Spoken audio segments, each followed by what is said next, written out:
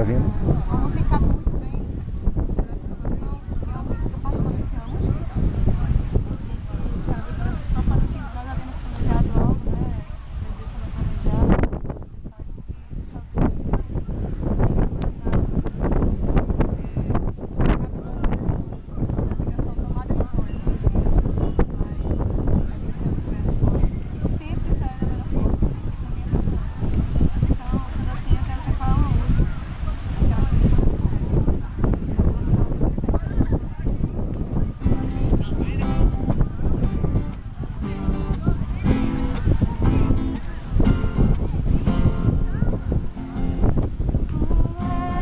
Soberano sobre a terra, sobre os céus, tu és Senhor absoluto. Tudo que existe acontece, tu sabes muito bem, tu és tremendo.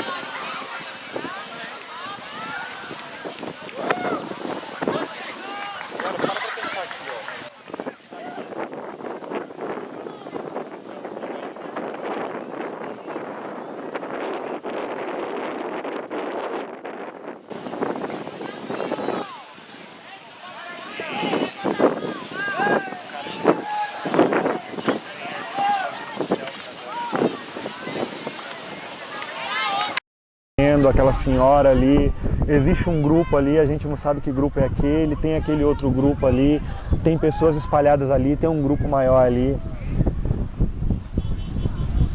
Eu lembro uma vez um cara que eu conheci aqui na praia, Paulo o nome dele, e eu lembro que eu preguei o evangelho para ele.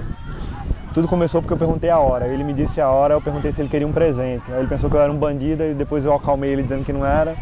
E aí, nessa conversa mole, eu falei, meu irmão, quem é que não quer receber um presente? Tu não queria ganhar um presente não, brother? Eu queria.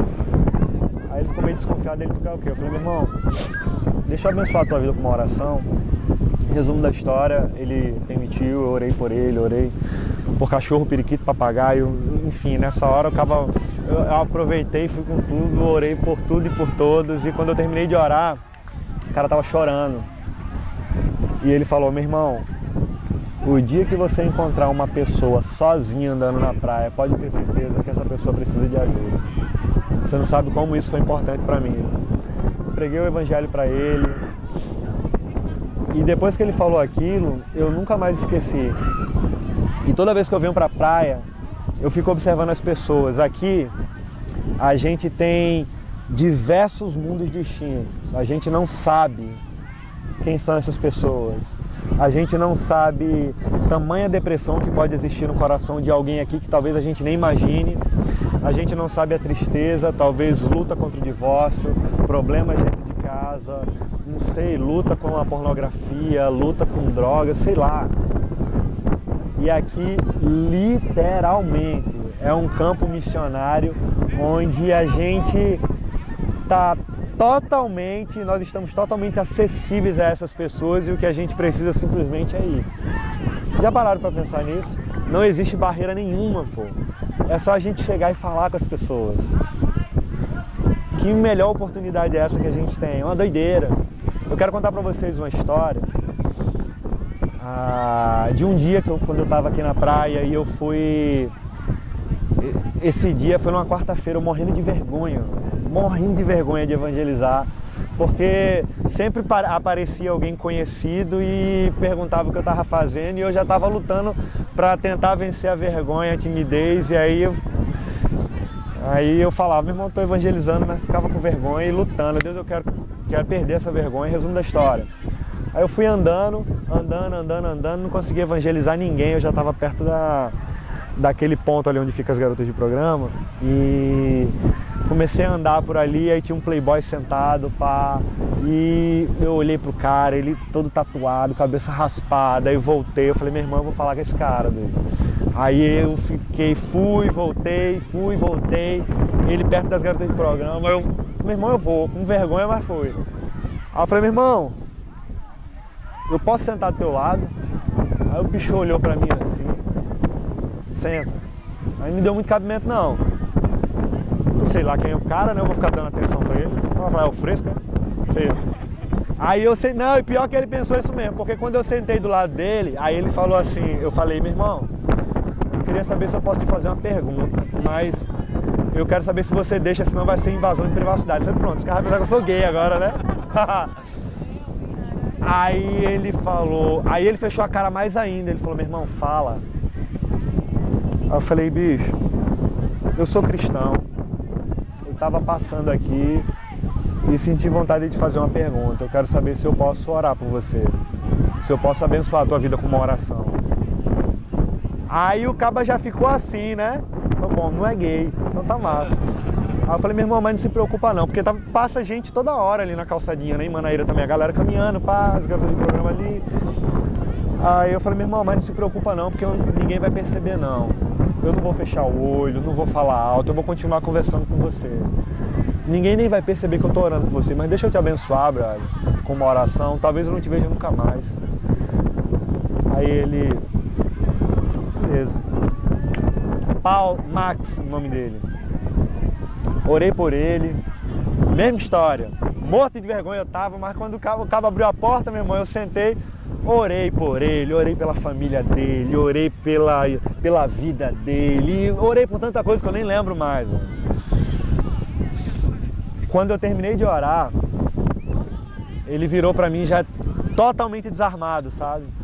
E ele falou, meu irmão, o fato de você vir falar comigo me faz acreditar que Deus ainda se importa comigo. Eu sou afastado da igreja. Quando ele falou isso, velho, eu não vou dizer que foi um revelamento, essas paradas aí, mas eu senti vontade de falar isso, tá ligado? Melhor, né? Ainda mais que a gente é presbiteriano, então eu senti vontade de falar pra ele assim, meu irmão, a galera que machuca a gente, as pessoas que machucam a gente, elas esquecem.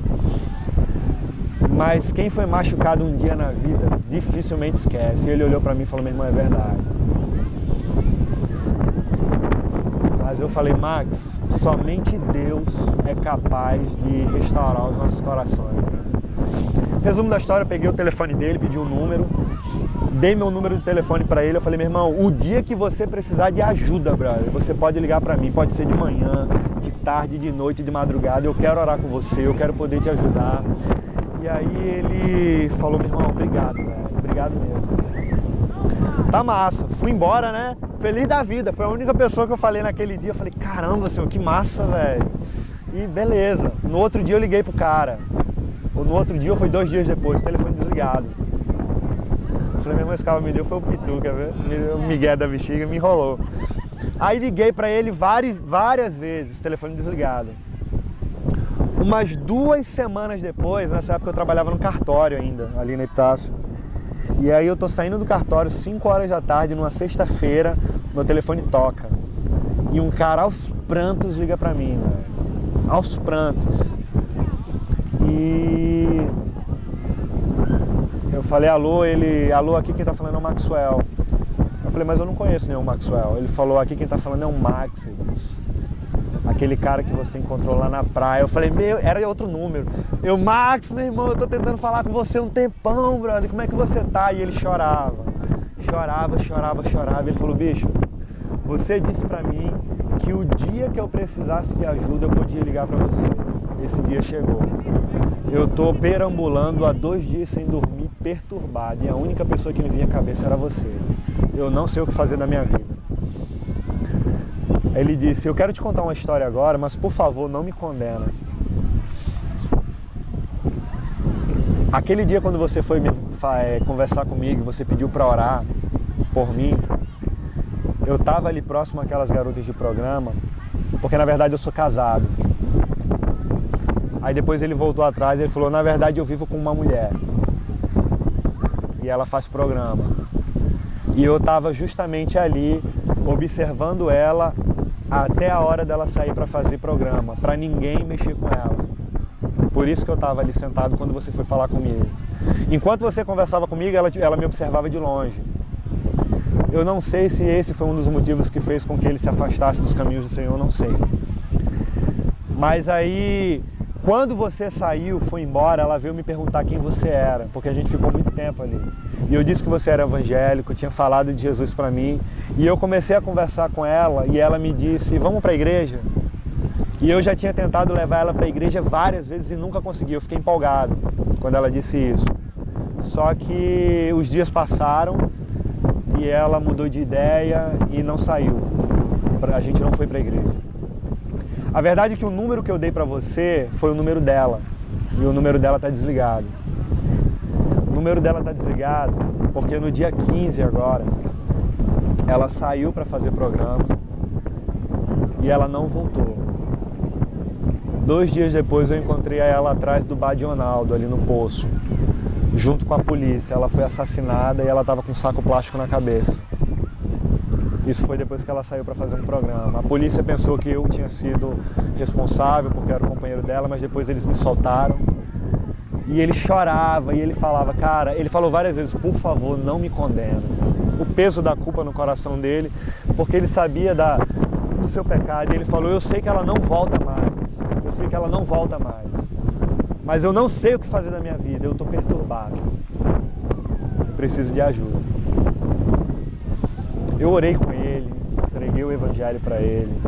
A verdade é que o Max desapareceu, eu não tenho mais notícia dele.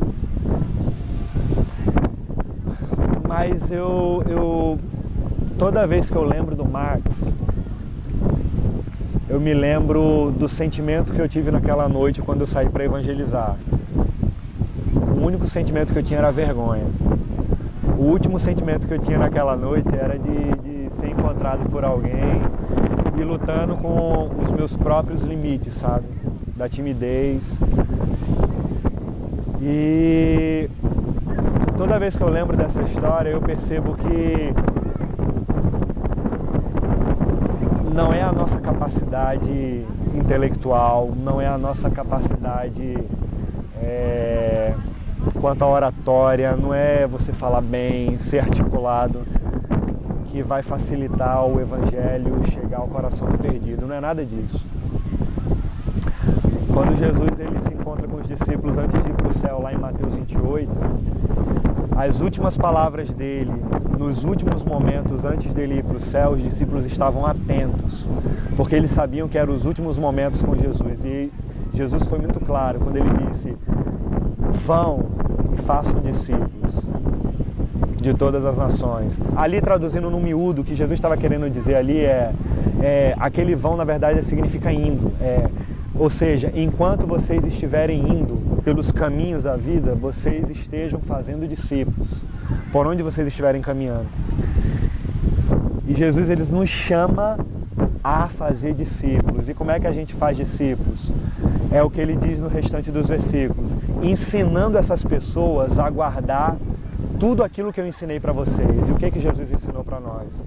O que que Jesus ensinou para os seus discípulos? O precioso evangelho dele. Então, a gente está aqui, tendo a oportunidade de compartilhar o evangelho dele com as nossas limitações, com a nossa timidez, mas isso não impede do evangelho alcançar o coração das pessoas, porque não depende de nós, depende dele. Então, assim, eu estou muito empolgado.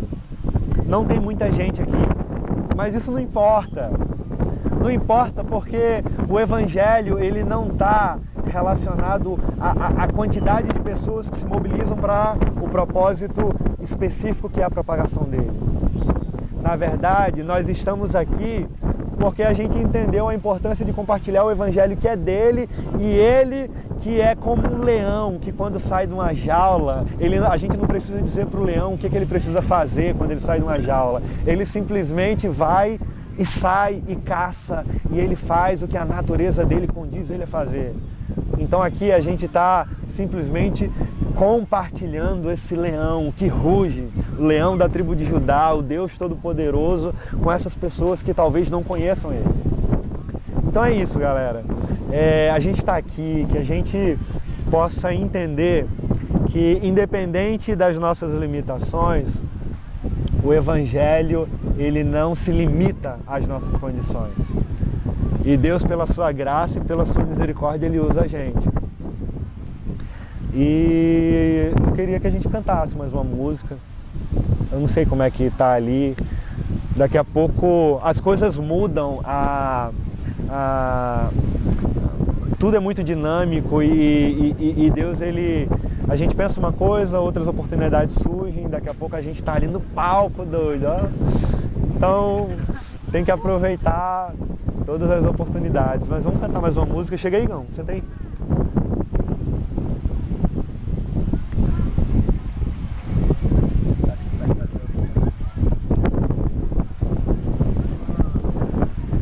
E aí?